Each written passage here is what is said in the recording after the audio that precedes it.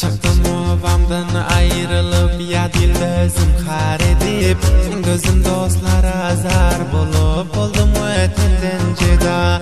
Çıktım ovamdan ayrılıp ya dilde zımkar edip gözüm dostlara zar bulup oldum ötenden ceda.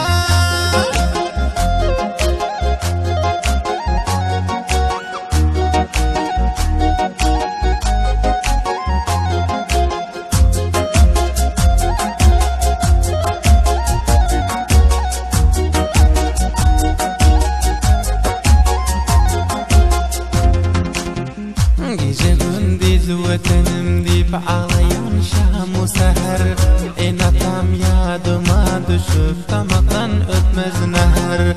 Gece gündüz vatanım deyip ağlayan şam-u seher atam yadıma düşüp damaktan ötmez nehar.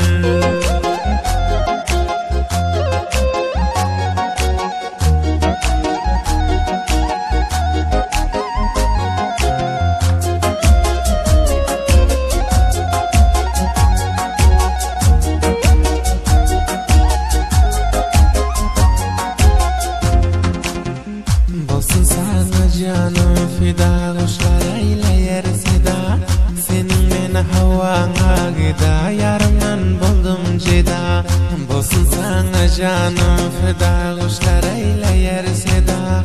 Men senin havana gida, yarımdan buldum ceda.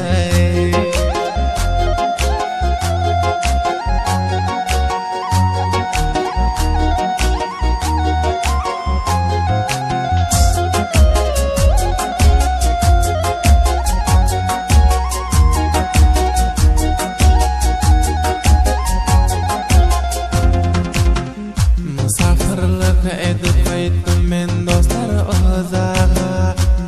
Atamın sesi gelip durandır kulağa. Musafirlik edip dostlar aytdim men uzağa. Atamın sesi gelip durandır kulağa.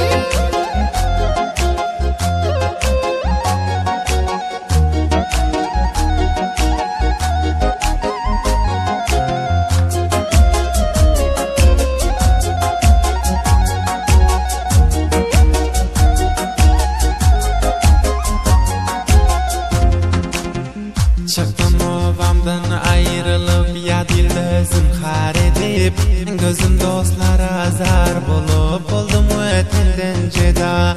Çıktım